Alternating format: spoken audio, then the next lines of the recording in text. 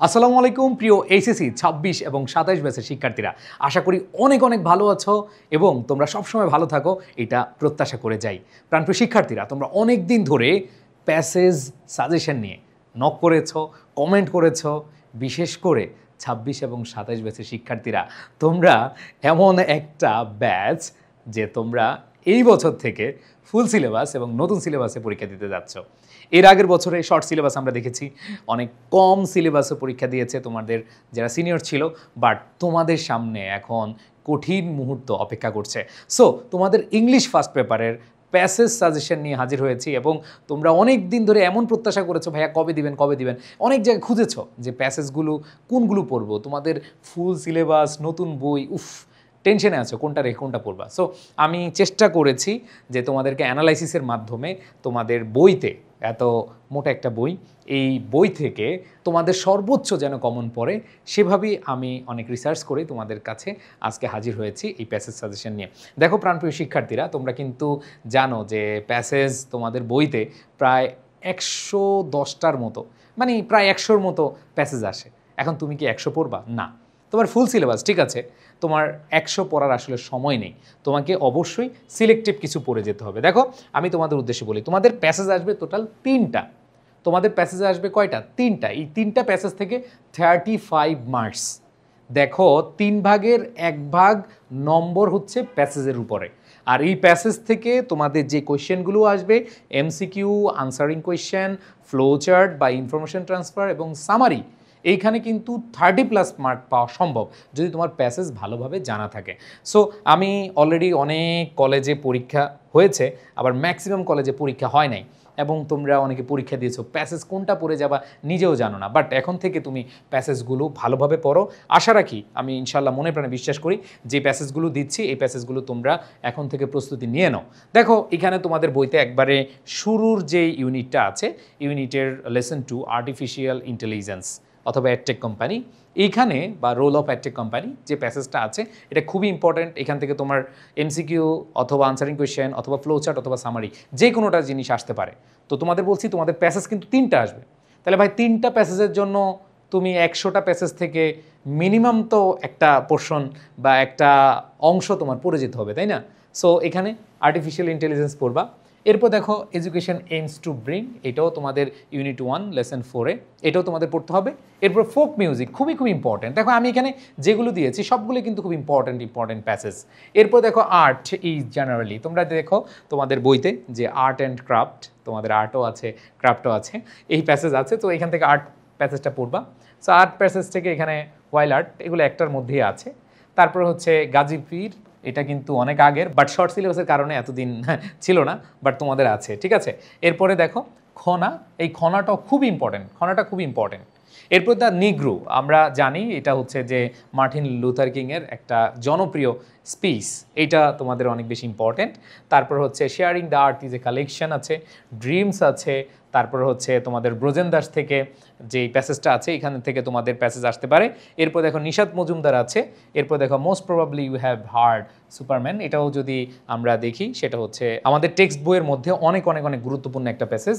এরপরে in a traditional society, এখানে তোমরা যদি খেয়াল করে দেখো, এটা যদিও শর্ট সিলেবাসে ছিল, তোমাদের সবার উদ্দেশ্যে বলি যেই প্যাসেজগুলো আছে এগুলো শর্ট সিলেবাস ফুল সিলেবাস দুইটাই, মানে তোমাদের যেহেতু শর্ট সিলেবাস নাই তার মানে ফুল সিলেবাস সহ, তার মানে কি শর্ট সিলেবাস বাদ যাবে? না, ওগুলো তো আছেই, ওই ইউনিটগুলো তো আছে। সো এটা ছিল, এটাও তোমাদের পড়তে হবে।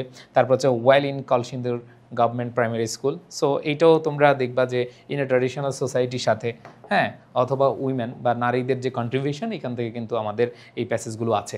এরপরে দেখো দ্য সাকসেস অফ কলসিন্দুর, এগুলো কিন্তু একটা প্যাসেজেই ভেঙে ভেঙে অনেকগুলো প্যাসেজ নেওয়া হয়েছে। তোমাদের কাছে অনেকে মনে হতে পারে ভাইয়া একটা মানে ইউনিট বা লেসন পড়লেই তো হয়ে যায়।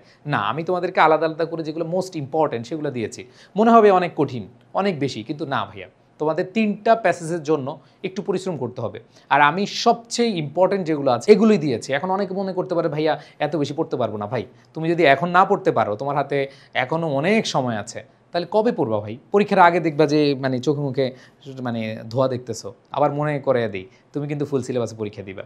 এতদিন যারা ছিল 24 ব্যাচ 25 ব্যাচ বা আগের ব্যাচে যারা ছিল, এরা কিন্তু ভাই ফুল সিলেবাস পড়ে নাই। তো তুমি এখন যদি এগুলো না পড়ো তাহলে কিন্তু বিপদে পড়বা, মাস্ট। ওকে, সো এখানে দেখো দ্য ফেমাস গ্রিক ফিলোসোফার, এরপর হচ্ছে কলসিন্দুর গার্লস, এটা তো বললাম। এরপর হচ্ছে তোমাদের a mother in Manville. Dhaka বোর্ডে এই বছর, ঢাকা বোর্ডে 25-এ খুবই কঠিন প্রশ্ন হয়েছে অনেকের কাছে মনে হয়, কিন্তু আ মাদার ইন ম্যানভিল এটা খুব ইম্পর্টেন্ট ছিল। সো এখানে এটা দিয়েও আসতে পারে the orphanage is high in the Carolina mountains, অথবা a day light I was half weekend. খেয়াল করে দেখো, যেভাবেই হোক মানে আমাদের ওই প্যাসেজ থেকে যে কোনো অংশ আসতে পারে, আমি লিখে দিলাম। এরপর দেখো চিলড্রেন মাস্ট পাস থ্রু, এগুলো হচ্ছে অ্যাডোলেসেন্স, এগুলো সব হচ্ছে অ্যাডোলেসেন্স, ঠিক আছে, এগুলো সব অ্যাডোলেসেন্স। বুলিংটা ইম্পর্টেন্ট। এরপর হচ্ছে আমরা স্পেন্ডিং যে ইউনিট আছে এটা খুব ইম্পর্টেন্ট, এটা আছে। তারপর দেখো an old man with steel rimmed, এটা important. I want to write the most beautiful words about, এটা ইম্পর্টেন্ট আছে। Water everywhere. সো এটা দেখবা তোমাদের ইউনিট 12-এর একবার লেসন 1-এ রয়েছে এবং খুবই ইম্পর্টেন্ট একটা প্যাসেজ। এরপরে দেখো তোমাদের রিপোর্ট সেইজ দ্যাট রিভার বুড়িগঙ্গা। তো খেয়াল করে দেখো ভাই, এগুলো কিন্তু আমি ভেঙে দিয়েছি। আমি যদি বলতাম এই তোমরা এই ইউনিটের এত লেসন পড়ো, তাহলে অনেক কম হইতো, বাট আমি যেগুলো মোস্ট ইম্পর্টেন্ট এগুলো নাম আলাদা করে দিচ্ছি যে এই পোর্শন থেকে আসার সম্ভাবনা আছে, এবং আমি সব কিছু তোমাদেরকে পড়িয়ে দিব। এই যে প্যাসেজগুলো আছে এগুলো পড়িয়ে দিব, এরপর বাড়তি যদি লাগে সেটাও তোমাদের পড়িয়ে দিব, কোনো টেনশন নেই, ঠিক আছে। এরপর দেখো গ্রেটা থ্যানবার্গ, এরপর হচ্ছে one example of modern gatherers, এটা আছে। When an explosion in the Union Carbide. তো খেয়াল করে দেখো এই যে প্রত্যেকটা প্যাসেজ, এই প্যাসেজগুলো তোমাকে ভালোভাবে পড়তে হবে। এখন কত হলো ভাইয়া এতগুলো কেন? আসলে এতগুলো না, তোমাদের 3টা প্যাসেজ আসবে, এই জন্য এই জিনিসগুলো পড়তে হবে। আবার একটা প্যাসেজই ধরো একটা লেসন থেকে 3-4টা প্যাসেজ আসতে পারে, মানে ভেঙে হয় প্রথম অংশ থেকে আসতে পারে বা মাঝখানের অংশ থেকে আসতে পারে। এই জন্য আমি এগুলো ভেঙে দেওয়ার কারণে অনেকগুলো মনে হয়েছে। এখন কত হলো ভাই এই প্যাসেজগুলো কীভাবে পড়বো? আমি তোমাদের উদ্দেশ্যে বলি, যেই প্যাসেজটাই পড়বা ওই প্যাসেজ থেকে কীভাবে এমসিকিউ আসে, কীভাবে আনসারিং কোয়েশ্চেন আসে, এবং flow chart transfer, information transfer, এবং হচ্ছে তোমাদের সামারি, যেভাবেই আসুক না কেন তুমি যেন আনসার করতে পারো সেটা তোমার টার্গেট রাখতে হবে। যদি সেটা টার্গেট রাখতে পারো তাহলে ভাই সম্ভব। সো এইভাবে পড়ার জন্য তোমরা চাইলে আমার যেই ইংলিশ ফাউন্ডেশন কোর্স আছে সেখানে কিন্তু তোমাদের ফার্স্ট পেপারের প্রত্যেকটা প্যাসেজ, এই যে প্যাসেজগুলো বললাম এই প্যাসেজগুলো তোমরা পেয়ে যাবা। এখন কথা হলো যে ভাইয়া আমরা তো নিজে পড়তে পারি। হ্যাঁ, যদি তুমি নিজে পারো কোনো সমস্যা নাই, এটা তোমাদের আমি জোর করব না, বাট আমি মনে করি যে তোমাদের একটা ভালো প্রস্তুতির জন্য, আবার বলছি, ইংলিশ ফার্স্ট পেপার এবং সেকেন্ড পেপারে ভালো করার জন্য তো তোমাকে অবশ্যই একটা গাইডলাইন নিতে হবে। তোমরা অনেকেই অফলাইনে প্রাইভেট পড়ো, বিশেষ করে আমি জানি, আমি দেখেছি আমাদের সময় কলেজে প্রতি মাসে অথবা হচ্ছে ব্যাচে অথবা হচ্ছে কোর্স সিস্টেমে অথবা স্যারদের বাসায় গিয়ে আমরা অনেকে পড়ি। দেখো অনেক টাকা কিন্তু খরচ হয়, আর আমি তোমাদের বলবো কোনো টাকা পয়সা খরচ মনে হবে, বাট আসলে খরচ মনে হবে না। দেখো এই যে আমাদের যে 1299 টাকার কোর্স, এই কোর্সে কিন্তু তুমি 480 টাকার একটা বই পাচ্ছ, ঠিক আছে।